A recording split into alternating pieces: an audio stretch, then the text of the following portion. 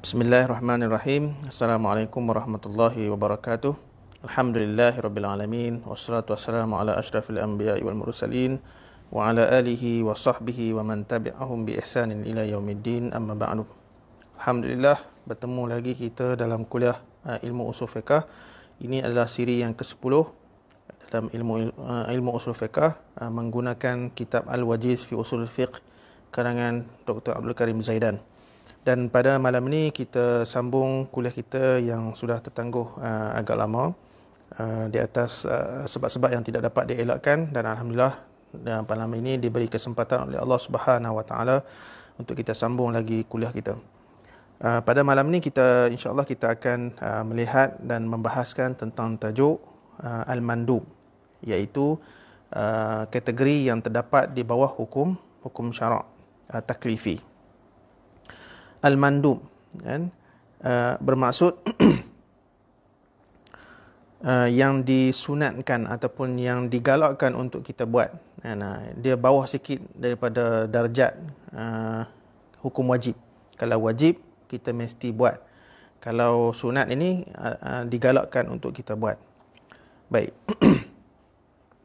Kalau dari segi bahasa, dari segi istilahnya ialah ma talaba syari'u fi'lahu min ghairi ilzam, iaitu apa yang dituntut oleh syarak untuk kita buat min ghairi ilzam, tanpa dimestikan ataupun tanpa diwajibkan.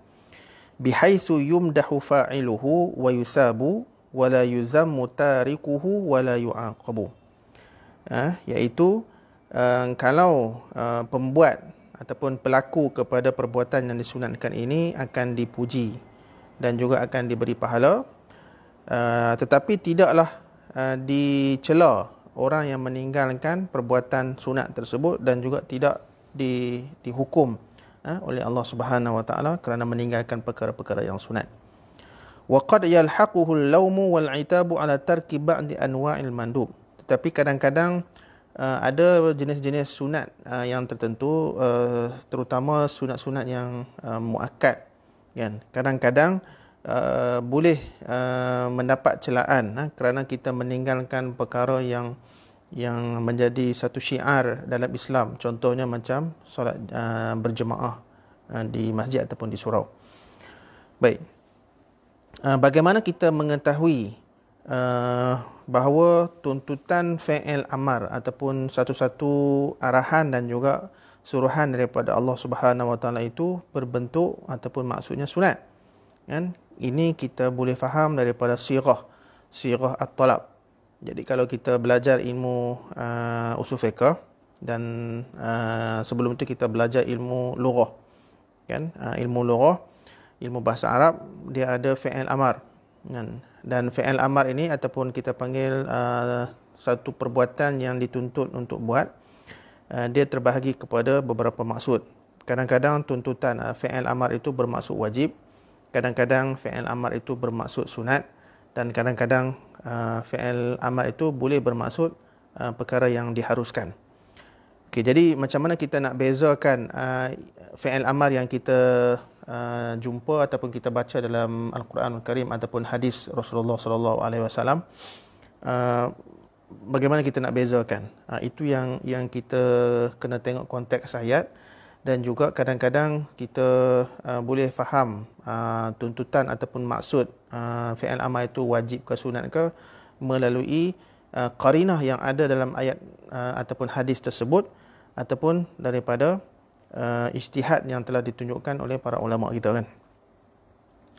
Sebab itu disebutkan dalam kitab Al-Wajiz ini, kita boleh faham sirah talab itu sama ada wajib ataupun sunat berdasarkan qarinah, dan qarinah ini boleh berdasarkan ataupun boleh jadi, ya, qarinah itu berbentuk nas, iaitu dalam ayat ataupun hadis itu sendiri ataupun ayat yang lain, dan juga qarinah ini boleh dalam bentuk yang bukan nas, iaitu ijtihad yang ditentukan ataupun yang telah ditetapkan oleh para ulama kita. Baik, contohnya apabila Allah Subhanahu Wa Taala menyebut dalam surah Al-Baqarah ayat 282, ya ayyuhallazina amanu idza tadayantum bidainin ila ajalin musamma faktubuh. Wahai orang-orang yang beriman, apabila kamu berhutang dengan satu hutang dalam satu tempoh, kan, maka hendaklah kamu menulisnya. Jadi perkataan yang menjadi syahid kita dalam ayat ini ialah faktubuh. Faktubuh ini adalah fi'il amar ataupun arahan, kan, arahan supaya kita menulis dan mencatatkan hutang piutang kita. Jadi menulis, hukum menulis hutang piutang kita ini dia tidaklah maksud wajib, kan? Kerana apa? Kerana ada qarinah dalam ayat yang sama, di mana ataupun ayat yang berikutnya, di mana Allah Subhanahu wa taala menyebut fa in amina ba'dukum ba'dan falyu'addil ladzi itumina amanatahu. Kalau kamu rasa selamat, kan, maka kamu tunaikanlah amanah yang dipertanggungjawabkan ke atas kamu. Jadi maksudnya kalau kita rasa diri kita ni boleh ingat ataupun kita tak lupa hutang piutang kita dan sebagainya, maka kalau tak catat pun tidak ada masalah, cuma digalakkan. Jadi fi'il amar di sini dia ada qarinah yang difahami dalam ayat yang berikutnya, di mana Allah Subhanahu wa taala menyebut dalam ayat yang berikutnya itu, kalau kita rasa kita rasa yakin dengan diri kita, kita tak lupa, maka tak wajib kita menulis. Cuma isu dia sini ialah digalakkan, kan? Jadi perkataan digalakkan tu bukan dimestikan. Kalau dimestikan itu maksudnya diwajibkan. Tapi kalau digalakkan ialah maksudnya kita elok buat, kan? Baik. Jadi nas ini, iaitu nas yang pertama tadi, idza tadayantum bidainin ila ajalin musamman faktubuh, itu nas ini menunjukkan bahawa tuntutan menulis hutang bermaksud sunat sahaja, bukannya wajib, kan?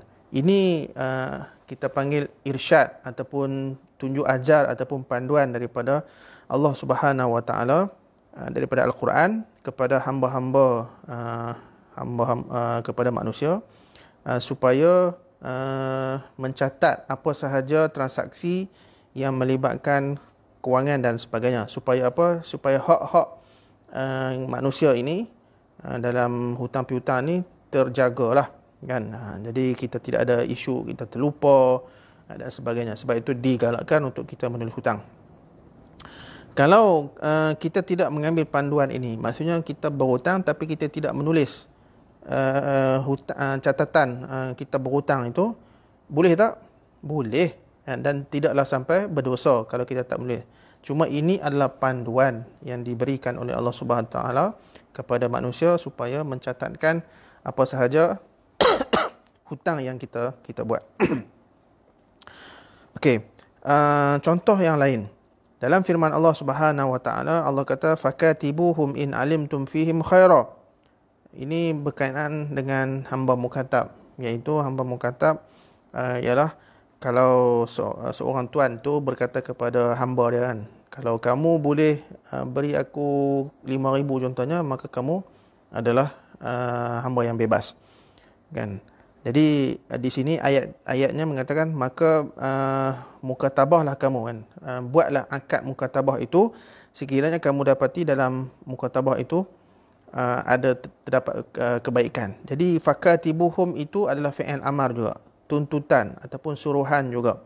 Jadi adakah suruhan di sini bermaksud wajib dan sebagainya?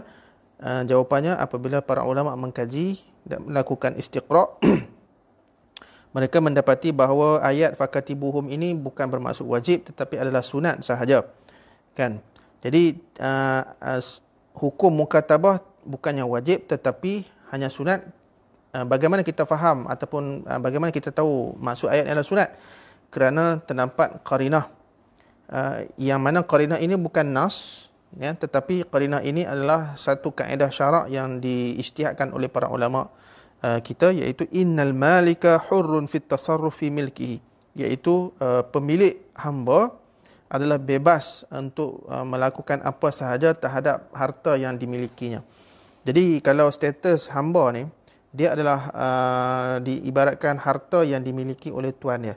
Jadi si tuan ini dia berhak untuk melakukan apa sahaja terhadap harta yang dimilikinya.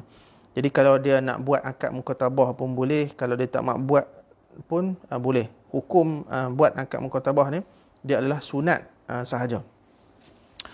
Baik, contoh lain sabda ataupun sabda Nabi Muhammad sallallahu alaihi wasallam dalam sebuah hadis, ya ma'syarasy syabab man istata'a minkum alba'ah falyatazawwaj. Wahai pemuda, kalau kamu mampu dari segi kewangan dan sebagainya, maka kahwinlah. Jadi perkataan falyatazawwaj ini juga adalah fi'il amar. Dan kita dah faham tadi, fi'il amar ini bukan semuanya maksud wajib.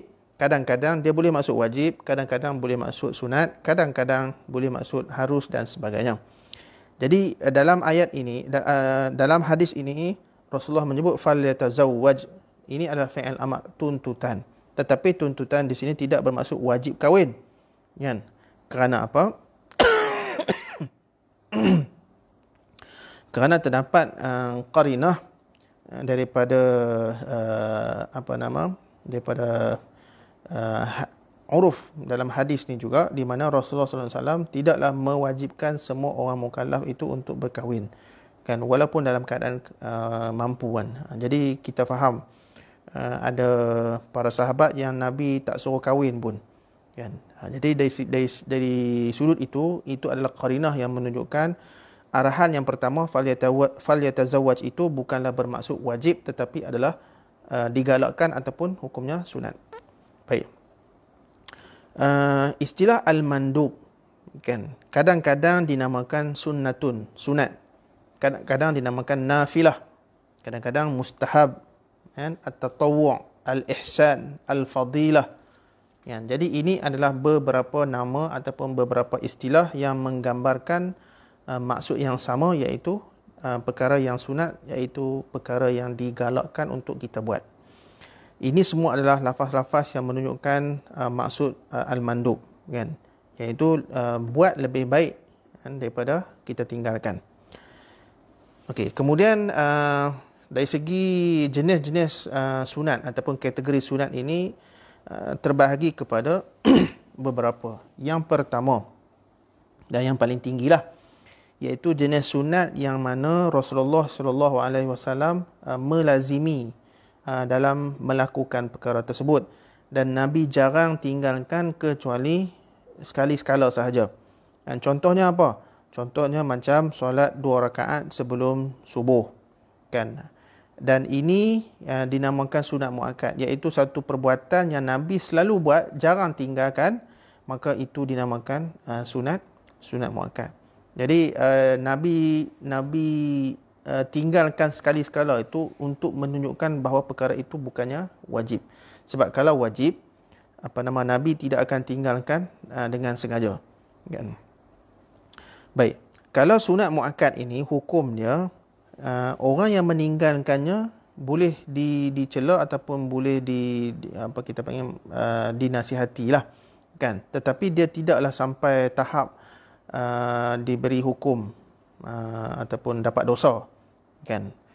Contoh-contoh sunat muakkad ini antara lain ialah hukum berkahwin, kan, dalam keadaan yang i'tidal, dalam keadaan yang kita panggil kebiasaannya lah, kan. Maksudnya kalau kita dah ada kemampuan dan kita panggil ada keinginan, maka hukumnya adalah sunat bagi orang yang mampu. Kemudian antara lain sunat muakkad ni contohnya macam macam azan. Azan ini adalah syiar Islam, hukumnya sunat saja tetapi adalah sunat muakkad, kan. Jadi kita bila kita sebut sunat muakkad ni, maksudnya benda yang amat digalakkan untuk kita buat, dan kalau kita tinggalkan ni kira leceh, macam itulah lebih kurang kita nak faham, kan. Baik, itu kategori yang pertama, dinamakan sunat muakkad, iaitu sunat yang amat dituntut buat.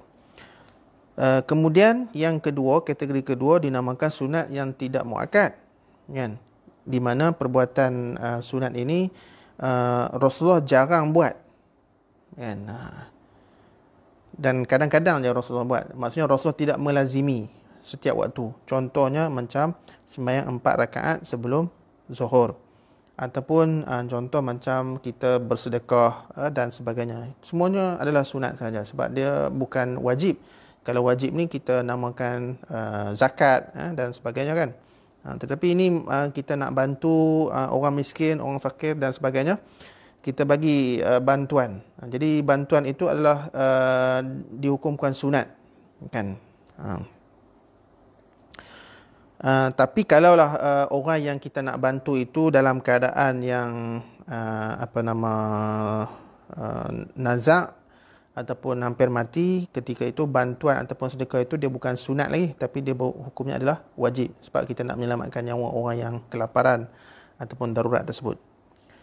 Itu contoh sunat yang tidak muakkad. Dan kategori ketiga dinamakan al-fadilah ataupun al-adab, dan juga sunat tambahan, sunat zawaid dipanggil kan. Contohnya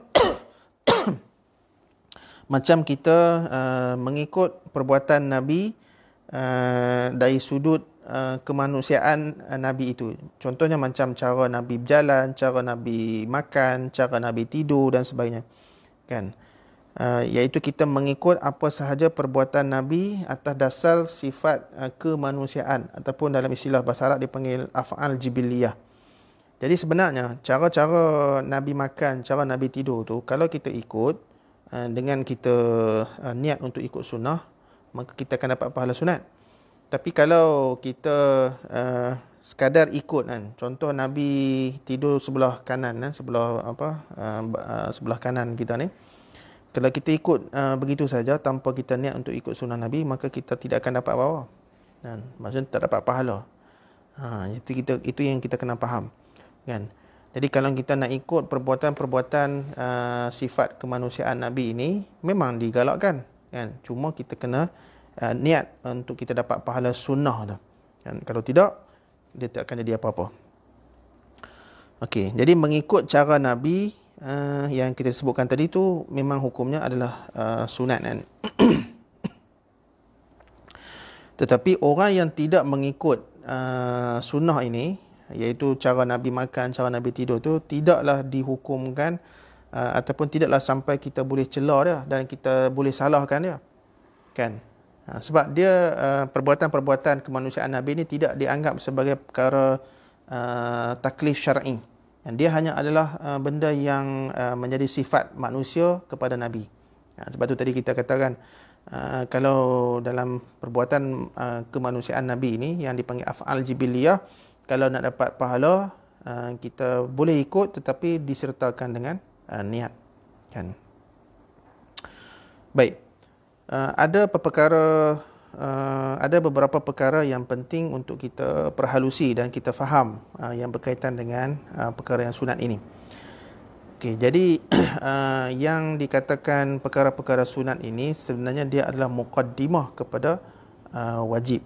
Di mana apabila kita melakukan perkara-perkara yang sunat, dia sebagai muqaddimah ataupun sebagai peringatan untuk kita melaksanakan perkara-perkara yang wajib kan. Sebab itu Imam Syatibi dalam kitab Al-Muwafaqat mengatakan bahawa perkara-perkara yang sunat ini kan adalah khadim lil wajib kan, iaitu dia sebagai khadam kepada wajib, ataupun kita panggil sebagai muqaddimah ataupun sebagai peringatan untuk kita melaksanakan perkara yang wajib tersebut. Jadi kalau kita seronok melakukan perkara yang sunat, maka kita akan bertambah-tambah seronok melakukan perkara-perkara yang wajib. Baik, poin kedua yang kita perlu faham bahawa perkara sunat asalnya dia tidaklah wajib kita buat kan, sebab dia punya status pun digalakkan untuk kita buat. Tetapi kalaulah andai kata seseorang manusia itu meninggalkan perkara-perkara sunat dalam hidupnya kan, maka ini boleh dianggap sebagai benda yang boleh kita panggil boleh menghakis sifat adil seseorang itu. Contohnya macam ni. Dalam hidup kita ni, sebagai seorang orang Islam ni, kita hanya buat yang wajib. Dalam wuduk ni kita buat perkara yang wajib saja. Kan, basuh muka berserta niat, basuh tangan, basuh kepala, sapu kepala dan basuh kaki. Itu je kita buat. Kemudian dalam solat, yang kita belajar rukun solat ada 13 kalau ikut mazhab Syafi'i. Kan? Jadi kita takbiratul ihram, baca Fatihah, terus rokok, tak baca surah dah. Dan dalam rokok pun kita tak baca tasbih. Kemudian i'tidal, sujud, duduk di antara dua sujud, semua kita buat yang wajib saja. Jadi benda-benda ini dia akan menyebabkan lama kelamaan bila kita meninggalkan perkara yang sunat ni, kita tak buat langsung, lama kelamaan boleh jadi kita juga akan meninggalkan perkara yang wajib. Sebab tu nampak perkara sunat ni nampak macam benda yang kita panggil kecil, sebab dia hanya berstatus digalakkan untuk kita buat. Tetapi kalau kita meninggalkan perkara-perkara sunat keseluruhannya dalam hidup kita, maka ini boleh dianggap sebagai qadihun fi adalatihi, mengikut Dr. Abdul Karim Zaidan, iaitu boleh menghakis ataupun kita panggil mencederakan sifat adil seseorang itu. Kan?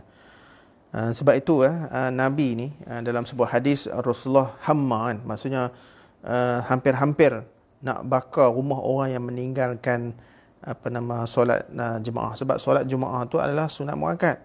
Kan? Jadi kalau satu kampung tu meninggalkan solat berjemaah, maka pihak pemerintah boleh mengambil tindakan mengenakan apa-apalah hukum ta'zir kepada orang kampung tersebut. Kan? Okey, contoh macam azan. Okey. Azan sunatnya sebenarnya. Kalau masuk waktu kita tak azan, nak semayang terus boleh tak? Boleh. Kan? Tetapi azan ini adalah sunat yang muakkad. Dan kalaulah kita ni ataupun kampung tersebut, taman tersebut meninggalkan azan, surau tu dia tak ada azan, masuk waktu terus semayang. Kan? Jadi sama juga dianggap sebagai perkara yang tak patut berlaku lah.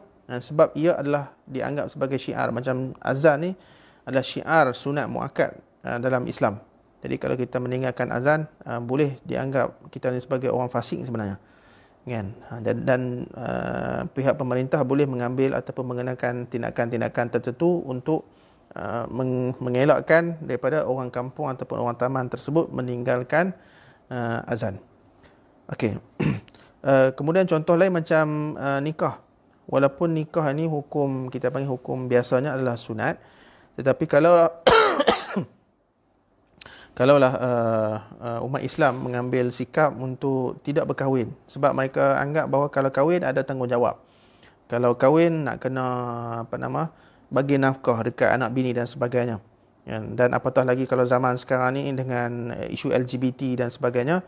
Jadi bila kita meninggalkan perkahwinan itu secara jumlah, dia akan efek memberi kesan kepada perkara yang wajib.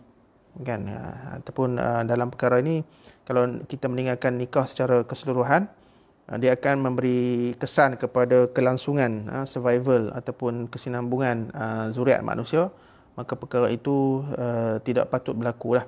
Kan? Jadi sebab itu kita kena faham konsep sunat ini, walaupun ia adalah berstatus digalakkan untuk kita buat, tapi kalau kita meninggalkan secara keseluruhan, maka itu perkara yang tak patut dan perkara yang tak elok kepada seseorang individu Muslim, apatah lagi kepada jamaah orang Islam. Kan? Baik, itu berkenaan dengan hukum al-mandub di bawah pembahagian hukum taklifi yang 5. So kita dah cover bab hukum al-wajib, dan juga kita dah cover bab al-mandub, hukum yang sunat. Dan insya-Allah dalam kuliah yang akan datang kita akan sambung tajuk al-haram. Jadi apa yang baik itu datang daripada Allah Subhanahu wa taala, apa yang kurang itu datang daripada diri saya. Aqulu qawli hadza wa astaghfirullah azim li wa lakum. Wassalamualaikum warahmatullahi wabarakatuh.